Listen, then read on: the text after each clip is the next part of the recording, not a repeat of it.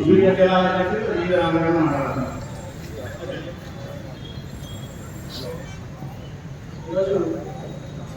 రాష్ట్ర వ్యాప్త సంఘటన పిలుపునకు మనం వివిధ దశలో పోరాటం చేస్తున్నాం. గతంలో అన్ని సంఘాలు స్వతంత్ర కార్యక్రమాలు చేయడం జరిగింది. కానీ ఈ ప్రభుత్వానికి ఐకమత్యంతో చేసే పోరాటానికి కానీ ఏమన్నా మనం గతంలో ఎలాగైతే అన్ని ఉద్యోగ సంఘాలను కలుపుకొని ఎక్కడైతే విఆర్టీఎస్ రోడ్లో ఏ రకంగా చేసామో ఆ రోజు చేసినటువంటి అంటే మనతో ఉపాధ్యాయ సంఘాలతో పాటుగా ఏఎస్సీ సంఘాలను కూడా కలుపుకున్న వల్ల ఆనాడు ఉన్నటువంటి నిరంకుశ ప్రభుత్వంపై మరి ఏ రకమైనటువంటి పోరాటం చేశామో అటువంటి పోరాటం చేయవలసిన అవసరం ఇలా ఏర్పడింది. అందుకనే మనం ఈ ఫ్యాప్టోగా ఏర్పడి మనం ముందుగా కదిలితే మనతో పాటు జేఏసీ కూడా కదిలే పరిస్థితి వస్తుంది. ఎందుకంటే ఈ ప్రభుత్వానికి జేఏసీ వచ్చే వరకు అలా తాత్సారం చేస్తూ ఉండాలి. అందుకనే మనం చేసిన తర్వాత జేఏసీ కూడా ఏం చేయాలో పాల్పోక వాళ్ళు జేఏసీ ఏపీ జేఏసీ అని పెట్టి రీఆర్గనైజేషన్ అంటే రీకన్స్ట్రక్షన్ కూడా చేయడం జరిగింది. తాలూకా స్థాయి వరకు రేపటి నుంచి మనతో పాటు జేఏసీ కూడా రావాల్సిన అవసరం ఉంది. మనం ఏమి ఏమీ కోరడం లేదు.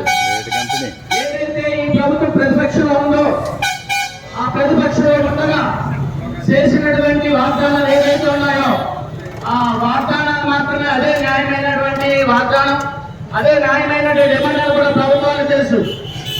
మనకి ఇంత పోరాటం చేస్తే కేవలం ఒక డిఏ ఇచ్చి ఆ ఒక్క డిఏ కూడా మనందరూ రిటైర్ అయిపోయిన తర్వాత బెనిఫిట్స్ ఇస్తానంటే మళ్ళీ ఆ రోజు సాయంత్రం మళ్ళీ మనం పోరాటం చేసి దాన్ని మళ్ళీ సాధించుకునే సందర్భాలు కూడా ఉన్నాయి.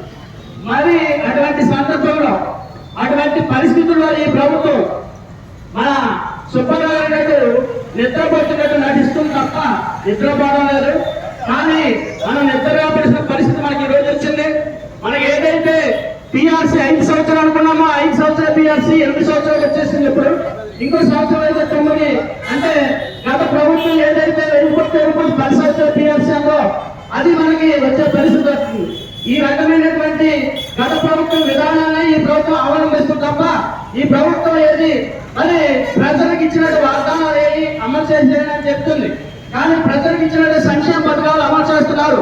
అదే పరిస్థితిలో ఉద్యోగులను విసుగు పెట్టే పరిస్థితి మీద తెచ్చుకోవచ్చు.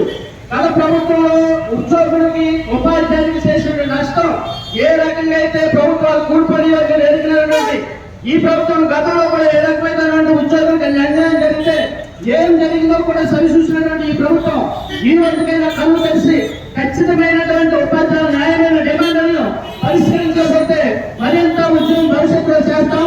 అవసరమైతే రోడ్ల మీద వచ్చి ఉద్యోగం చేసే పరిస్థితి ఉంటుందని పేదల పక్షాన మరి తెలియజేస్తున్నాం.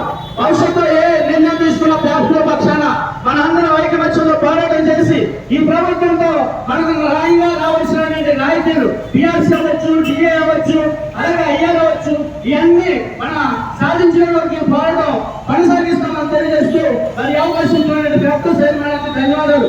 Thank you sir. Zindabad Zindabad Zindabad Zindabad Zindabad.